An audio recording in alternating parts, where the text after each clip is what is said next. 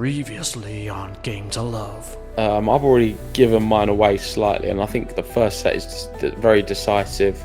I see it being the longest set, which will go all the way to a tie-break. I think Alcaraz will win that tie-break. Then from there on out, because Djokovic didn't win that first set, I think Alcaraz will be able to run away with it, get a break in the second set, and that'll be enough. And the third be a little bit more convincing.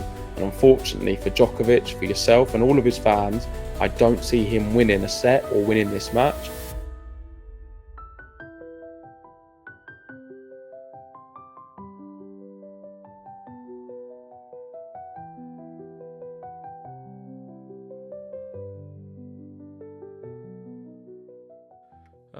Thank you, Ben, for such a brilliant video. You guys wanted to see my reaction, and here I am. And I've got to start by saying I got it wrong. I put my hands up. My prediction was indeed incorrect. Some of you may be gasping at the screen right now, listening to me getting something wrong. I know it may surprise some of you because I'm often so right on this channel. But joking aside, this is one I got wrong. Novak Djokovic, he did win a set. He won a few sets, won 3 of them. Alcaraz only winning the 1. And he defeated Carlos Alcaraz in 4 sets. And I'm very surprised, clearly, because I didn't predict it. I didn't see it going that way. And I've just got to give a massive amount of credit to Novak Djokovic for his performance. He was very, very good today. And what he's done is he's showed me and a lot of the tennis world and his doubters that he is at the level to be able to compete with the very best in the world. And this 2000 gen players in the likes of your Alcarazes, your Sinners, your Hudgarunas, and a whole new batch coming through at the moment, they've been the generation we've questioned with Novak Djokovic. We've seen him beat them a few times, but I truly believed in 2025 we wouldn't see that no more. And I thought that he was unable to keep with them. He has shown at 37 years old that he still can compete with the very best players. And some of the tennis we saw today was such a high level. I was astonished that Djokovic, despite the injury in the first set, was able to come back so strong. I think Alcaraz was shell-shocked in the fact that Djokovic appeared to be physically hampered so much, but yet after his timeout, come back and look like a complete different player. And you've just got to give a massive amount of respect and credit to Djokovic for being able to do that. Don't get me wrong. I watched the whole match in its duration. I didn't really want to be here today. I was upset during the match because I was willing Alcaraz with everything, but that's the way it was. And I have a podcast with Ben where I've got to be public with my opinions, and I'm here today owning up to the fact that I got it wrong, and maybe I've misjudged Djokovic's ability in 2025. Well, not maybe, definitely, because I didn't think he had this still in the chamber. Ben, despite him making such a beautiful video and nodding along, he also predicted Alcaraz. So let's not forget, he did not believe in Novak, and he's one of his biggest fans. And I think what we can all learn is you cannot underestimate this guy ever. Because while he's still playing on a tennis court, especially at a Grand Slam he's won 10 times in conditions he loves, you cannot ever rule him out. And I think if he is to go and win 25 now, because, of course, the conversation shifted drastically, it would be maybe one of his greatest ever achievements on the tennis court, because to do it, he would have to beat Alcaraz, tick, Zverev, who is playing the best tennis he's ever played in his career, looking amazing at the moment, the world number 2, and then potentially a final with Jannik Sinner. If he can go and beat them 3 in a row and in Australia, I think that would be up there with some of the greatest achievement he's ever done. So the stage is now set. Do I think he's going to do it? You'll have to wait for some of my predictions in the upcoming videos. But I'm definitely not going to be so nonchalant when I discuss his matches against anyone anymore, because in 2025, he's proven me wrong and a lot of people wrong, that he can still hit with the very best and be competitive. That's my opening remarks. What do you think, Ben? Do you accept my apology to the tennis world and the tennis fans? Because I know our comment section has been crazy. I've never seen so many people calling for JG Blood, and they've got JG Blood right now.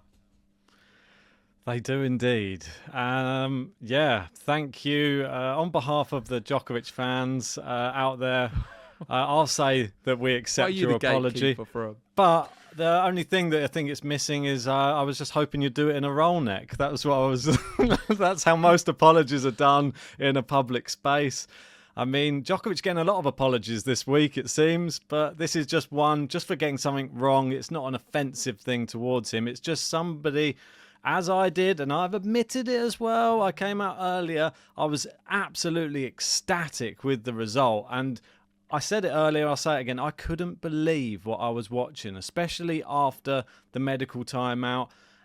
I literally didn't think that he'd be able to hang with Alcaraz at the back of the court and be able to run around the court after that. And the fact that he was able to not only hang with him, but sort of bully him a little bit when it got later into the match, I was amazed. And Novak Djokovic, I say he just keeps surprising you, and I always seem to think it's going to come to an end. When will it come to an end? I don't think I can ever put a time limit on it anymore, because I keep expecting him to suddenly look old, and he never does. I don't know what more to say. I mean, the result to be only in 4 sets as well. He didn't even have to go to 5. What's annoyed me a little bit is, with Novak Djokovic matches over the years, and I'm talking about before the podcast, there's been many times where I've seen him physically look down and out in a match, and then something happens, has a little break of some kind, then comes back in the next set and is a complete different player. No signs of any problems at all. And what I've been doing, I used to fall for it every single time. It used to always get me. I used to be so frustrated. Like, wow, has he done that? Like, I couldn't understand it. And then since doing the podcast these last few years, I've become accustomed to it, to where I'm not, oh, don't worry, Ben, he's going to come back. He's going to come back. Even when he's down, like a double break in the final set, he's going to be back. I always believe he's going to be back. But I've gone back to the old me, in the sense that he really did truly fool me this time. In that first set, I was like, God, this is going to be easy. It's going to be over in 3 sets easily. I was already planning what I was going to be saying to you guys on here. Oh, I've got this one right. He completely fooled me, and he lulled me into this sense of security. And I think he does that to the opponents as well. Obviously, there's people saying he fakes injuries. I don't really buy the whole. I don't think he is faking an injury. He generally was hampered. It's clear as day to see. But I do feel like he's able to use these moments in his advantage, because it's like. It goes back to, like, I don't know, like an animal and a predator and its prey. The prey plays dead, and then all of a sudden, when the predator's not looking, it gets up and runs off. I feel like Djokovic is someone who he nullifies the opponent by making them think that they've already got it beat. And with Alcaraz, he's come out afterwards and said he really regrets what he did in that second set. He should have played a lot better. He felt like the second set was where he lost the match. He didn't push enough, didn't play good enough when Djokovic was there more for the taking. Apart from that, though, you got to say that third and fourth set, Djokovic was sublime. So the best tennis I've seen from him for the last 2 years. I don't think he reached many times that height last year. The only time probably in the Olympics against Carlos Alcaraz, funny enough. Yep. So he is managing to raise his game in these big moments. And Djokovic described this match today as one of the most epic matches he's ever played. So someone who has played all of the big matches and won all of the big matches at some point in time, for him to say this is one of the most epic matches and he just wished it was a final, it had a final feel for him, I think that just speaks volumes to the level of match and performance Novak Djokovic put in today. Yeah, I really do. It had that billing, didn't it? There was like an air of anticipation. I think everybody would agree. If you were sitting at home today watching it, no matter where you were, there was like that butterfly a feeling in your stomach when you're just about to watch something you know is going to be epic. I mean, if you're a Djokovic fan and you're watching it, you're sort of thinking, is it possible? Could he do it? And there's this other side in my mind, like you said. I felt the same way. As soon as you saw him, he was up a break, then he got broken back, and then he lost the set. And I just thought, I just wish he had got that first set under his belt. If he had got the first set, I'd be much more confident. He looks injured. He's lost a set. He's going to lose the match. And I was like, I might as well just turn it off. That's what I had in my mind. I was like, just stick with it. Hopefully it gets a bit better. Hopefully Alcaraz, I don't know, just doesn't perform or so. There's always a chance with Djokovic. You never turn it off. It's like watching Man United in the 90s or in the early 2000s. If you turn the match off at 85 minutes, you miss all the goals. So it's the exact same thing with Novak Djokovic. Never rule him out. And the fact that he just came through the way he did, and he said he was literally points away from pulling out of the match, he said, which I think is just insane. He said Djokovic was just 7 points away from losing the second set, and according to him, likely retiring from the match if he was 2 sets to love down, he said. Which, that's insane to think he's come on and won the whole match, because it's obviously a confidence thing. It's obvious once it's all kicked in, all these painkillers, whatever he's taken to get himself back in like a fully fit state. It's not fit, but it's like a sort of more numb state to be able to just play the match. The fact he was able to do that and then win those last 2 sets, he looks as good as I've ever seen him in those last 2 sets. The power, he even said as well in the post-match interview, it actually sometimes helps me improve my game when I know I have to go for shots more and shorten rallies, because he becomes the aggressor. And for his opponent, that is a terrifying thing if his shot making's on, which it was today. I wonder if Andy Murray was behind some of the tactical changes we saw. We don't know that for sure, but Djokovic was pleased with the relationship with Andy Murray. He said it's been a huge win for their coaching relationship. Oh, massive, yeah. But I think looking at what Djokovic did today, he's now got a blueprint of how to tackle the next generation of tennis players, and that is a new ultra-aggressive, relying on good serving Novak Djokovic.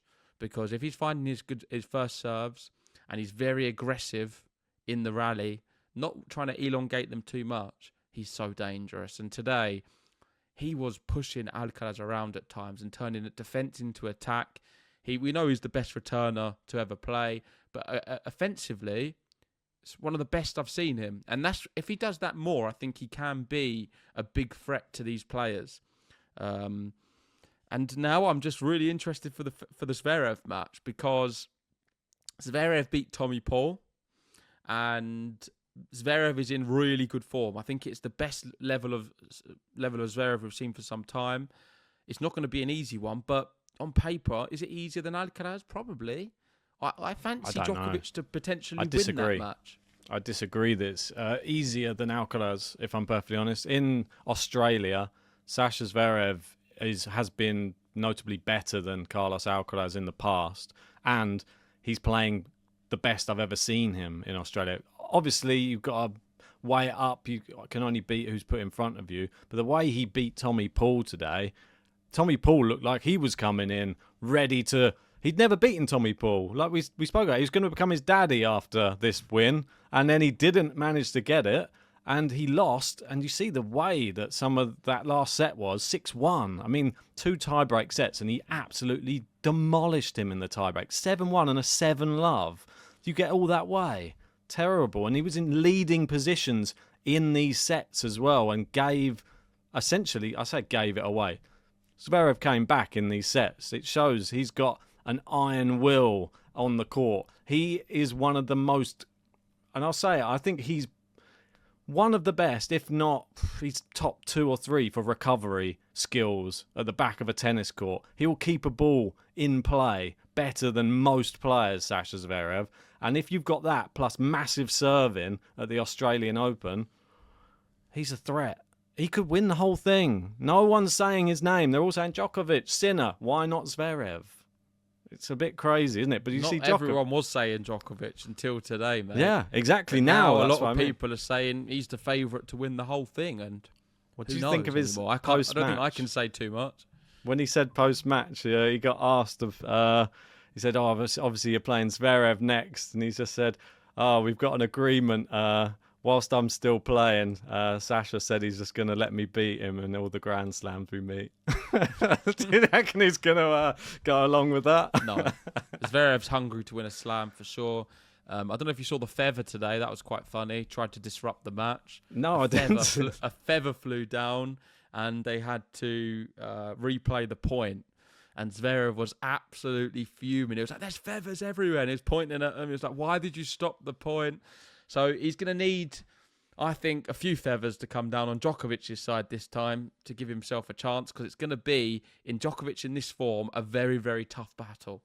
He was spitting feathers, some might say, after that incident. But yeah, I just thought that the way that he handled himself on a court today, obviously this wasn't one I was actually able to watch live because it was happening throughout the night. I don't know if you've been the same throughout the whole Australian Open, but I have this terrible sleep all the way through the 2 weeks where I wake up and there's just part of me that wants to keep checking. Sometimes I just leave it on playing next to my bedside and I wake up and it's playing and I'm like, oh, what's the score? And then I fall back asleep again. I wake up and then I'm seeing little snips of matches, and then I wake up and I try and watch full highlights or as much of the match as I can. Last night, I didn't know what was going on. I swear, sometimes I think I had a dream that Tommy Paul was leading and won the first set. Then I wake up in the morning, he didn't win the first set. My brain's everywhere in the Australian Open. It's terrible. Yeah, you need to get outside and have a walk during the day, I think. Too much screens. Yeah. But I know what you mean. It is very disruptive with the sleep. I had that a little bit today because I was excited about this match, but I've not really had it for many of them during the night because I've stayed up quite late and caught a bit of it, and then just woke up and just watched the highlights for the rest. But this Alcaraz Djokovic one, I was there ready, waiting for the match. I was excited. I watched all of it, and yeah, I mean, so many good moments. This is a good meme. The timeless Novak Djokovic. He was part of the old generation with the big four. He was then part of the next generation with Zverev, Tsitsipas, Medvedev. And now he's part... Sorry, what was the top? There was the new generation with Medvedev. Yeah, part of the new generation. And now he's part of the next generation with... I mean, Rooney, you can maybe kick off there at this stage. I think let's get Fonseca on there. Oh. Or Tien. But Sinner, Alcaraz, certainly, and he's able to play with them. Sinner, is he going to be my saviour? The other day I did the title of the video, is Sinner unstoppable? We saw a few comments saying, why are you doing Sinner? Why not Alcaraz? Well, that's why we didn't do Alcaraz, because he's not as good as Sinner right now. So, is Sinner unstoppable? If Djokovic goes and beats him in the final, then, I don't know, I'm probably going to quit the podcast with immediate effect. I mean, it's a long way away, the final right now. I'm going to unpack this mic. I'm going to unpack this mic live, pop it in the drawer, and then quit. Wow, there you go. You heard that on air. If Djokovic wins the Australian Open, I'm looking for another co-host. Don't know if anybody wants to get involved with that. I'm joking. You'll have to make another video. If he is to win it, you're going to have to just mug me off some more. I'm sure the comments are going to be coming in. Send him for me. My phone's been very hot today, I must admit. Yeah, I mean, I've never seen JG written so many times in the comment section. It's been, I was a bit worried for you for a little bit. I was like, where has he gone? I better not lose track of him today. But make sure he's free for the podcast later. But yeah, to speak about, obviously we're speaking about Zverev, and we're speaking about Djokovic. Jannik Sinner's on the other side. And I feel like he's just a completely different player to Carlos Alcaraz, though. I know that we look at Alcaraz and we think, yes, he's definitely one of the greatest players. But the way that Sinner has gone to the top and stayed at the top is different. Remember when Alcaraz went to number one, youngest ever number one, didn't stay there for very long, did he? Struggled a bit. Sinner's going to number one. He looks like an absolute machine. And this is the sort of difference between the two is I don't think the nerves get to Jannik Sinner when he plays Novak Djokovic, the same as when Alcaraz does. I think he gets a bit in awe when Djokovic plays that way, and he runs out of answers. He gets flustered. Yeah. Carlos Alcaraz gets flustered. I've seen it a few times now. And like you say, it's not just Novak Djokovic when he plays him. When he got to the world number one, he was struggling as well against other players who weren't Novak Djokovic. So he's good. He's great. He's going to be the future. But we just need to be realistic. This guy in pressure moments and in pressure points today is not the best player in the world. He struggles in the pressure moments. He doesn't make them like a Jannik Sinner or a Djokovic does. Djokovic is mentally insane. What I saw today is a mental beast. Someone said, let's see if I can find it. Alcaraz's coach, Ferrero, is saying, I'm drooling watching Djokovic play, how he hits the ball. It's outrageous. When he's mentally well, it's a barbarity. I don't even know if this is a real quote. Maybe not. It's from a Djokovic fan, but I do like it. It's a barbarity when he is zoned in like he is and mentally so strong. And Alcaraz, I think, needs to improve that side because there was times he was so flustered today. He got rattled at a moment with a let cord, went to the umpire. He's getting frustrated a few times, kicking the ball away, looking a bit defeated. We saw a few Vamoses and getting himself up for it. But in the big moments, on them break points he had, because he had plenty of break points at times, didn't make them. Too many unforced errors when it matters. And that's if he wants to be one of the very best, he cannot be doing that at any given opportunity. Needs to play them better. So far this last year or so, Sinner has proven that he can take them big points a lot better than Alcaraz. To get to the next level, I mean, he's already at such a high level already. He already has multiple slams. Only one he hasn't won yet is at the Australian Open. Do you think to get to that next level, I know we're just bringing up Ferrero, do you think a new coach is in order or an additional coaching staff or someone brought in to help with the mental side of the game better than what he has already? Because that's the only thing that seems to be in his way, I think. And like Patrick Moratoglu saying here about the Zverev and Tommy Paul match, how much of a mental that match shows once again how much tennis is a mental game more than anything else. And that's because Paul was in winning positions in the first two sets and Zverev mentally stronger in that one. I think with mentality, you either got it or you don't. And you can keep chopping and changing with coaches from week to week. That's not the answer. It comes from within. You can get different people to give opinions and guidance and tutorship and people to look up to in terms of wise words and wisdom, but ultimately it comes from within. And I think some of these losses will harden up Alcaraz to find that inner strength. And with time and experience, I think his mentality may improve. But I think he's always going to have a few frailties there because you've either got it or you don't. Sinner, he has it. I'm not sure if Carlos does. Have to learn to not have your heart on your sleeve so much. Like he shows his emotions far too much on the court. Jannik Sinner, stone cold. That's the thing. And somebody else who, unfortunately, a big young talent on the tour, not on the men's side, on the women's side. My winner of the tournament is out, and that is Coco Gauff. And this is another one that I had one of those am I dreaming moments when I woke up. I thought I saw It's probably my message, because I messaged you. I actually was up for this one. So I messaged you saying Coco's out. So maybe you'd read that message while you was and then fell asleep, no? No, I was already asleep. You read it when you woke up? I was already asleep, and then I think I was sort of half watching it, and then I saw she was down in the first set, and then it's one of those ones where you wake up in the morning and you're like, did I dream that she was down in the first set, or was she actually? And then I saw she lost in straight sets. I was like, oh no, that was my worst scenario. I thought Badosa was just a real tricky opponent to come up against, and especially in this form. Fair play to Badosa though. She's having a great resurgence, and what a result. It's her first ever Slam semi-final now, and well, can she win the whole thing? That's a big question. Yeah, it's unheard of, really. She struggles so much at this stage of tournaments, and it's another one I've got totally wrong. I mean, my predictions were really bad. I just got it all wrong in the sense of the women's and the men's. And I was talking about Paula Badosa's draw, but you can't even say that anymore. You just got to give her a lot of credit. She's performed very well in this match to beat Coco, who I thought wasn't that bad, especially in the first set. But Badosa was hitting extremely well. And I saw some tweet earlier saying, I would generally like to watch Paula Badosa versus Stefanos Tsitsipas because I believe Badosa would beat her. So I'm putting it to you in the audience. What do you reckon? If Badosa played Tsitsipas right now, would she beat him? Kick a man while he's down. I love it.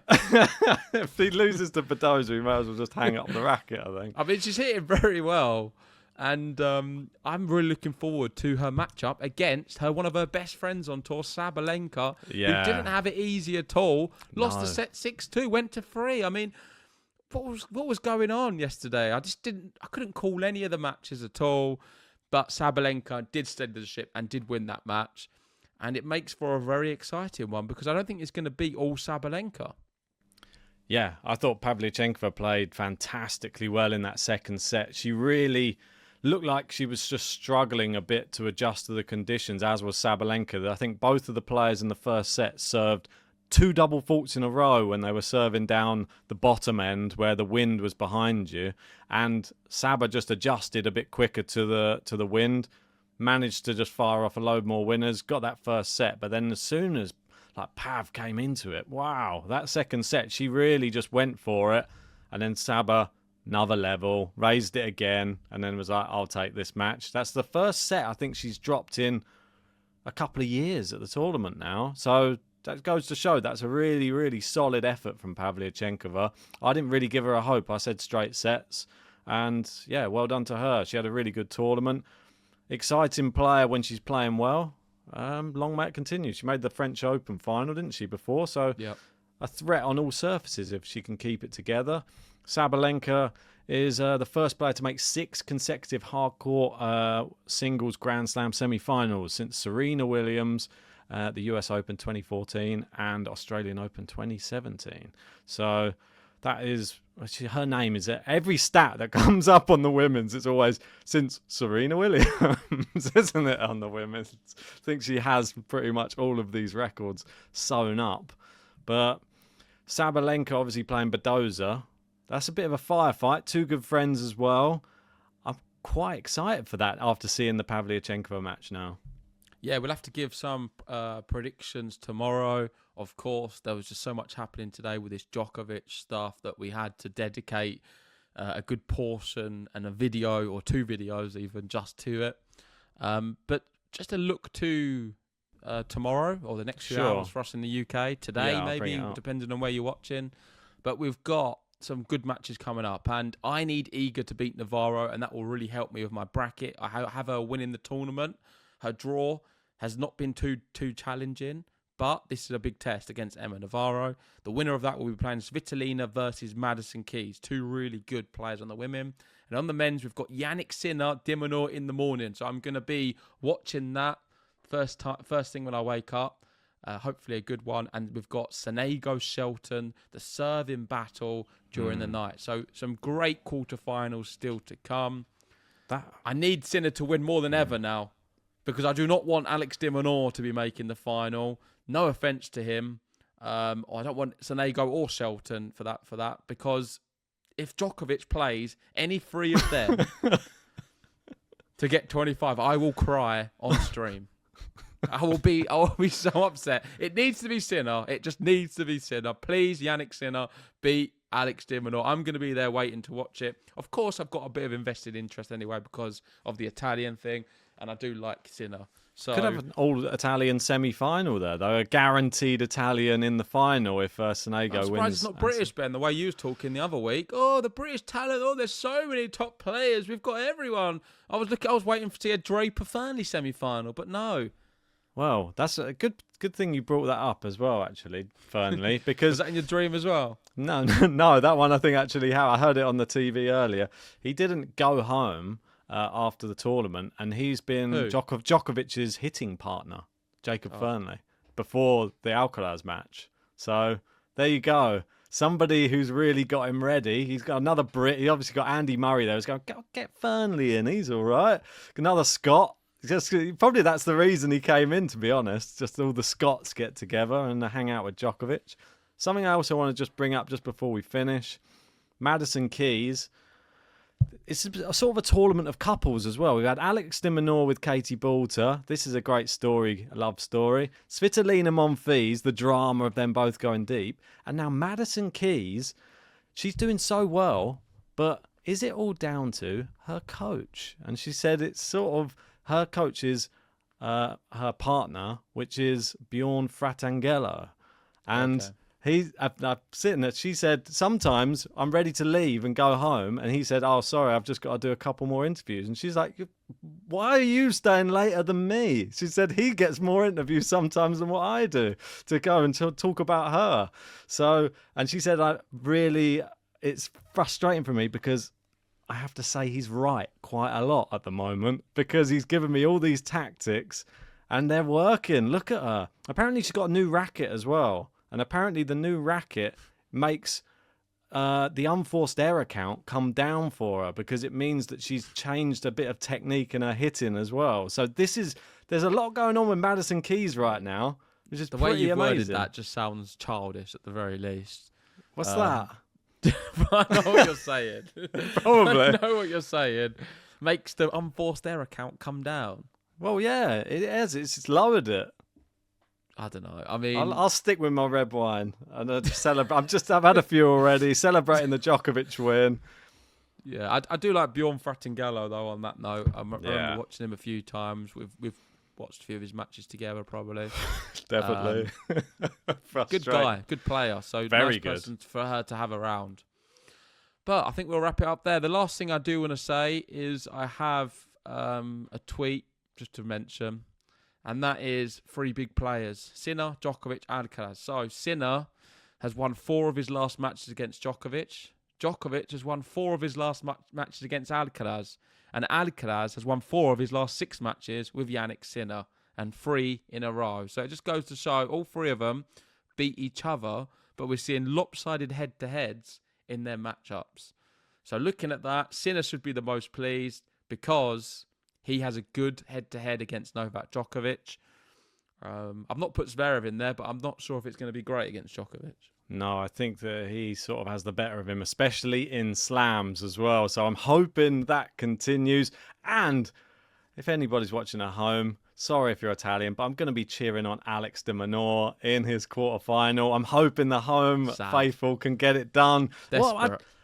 Desperate for Novak. I met Alex de Minaur recently. I was asking him what he would do differently if he was playing Jannik Sinner. Go check out that short on the channel as well. We'll see if he puts it into practice. Has his ball speed increased? Well, let's wrap it up there. I'm here anyway, Djokovic fans. I made it out of the bathroom, unlocked the door. I've been sobbing on the floor all day. Just wiped my eyes enough to come out and sit on this chair and do this podcast for you guys. I got it massively wrong. And yeah, I messed up. And I am very sorry if I've offended anyone with my views. But I'm not changing. No, I'm not going to do that. And I'd like to apologise to absolutely nobody. No, I'm not apologising. No, I'm not. It's not an apology at all. Everyone's got an entitlement.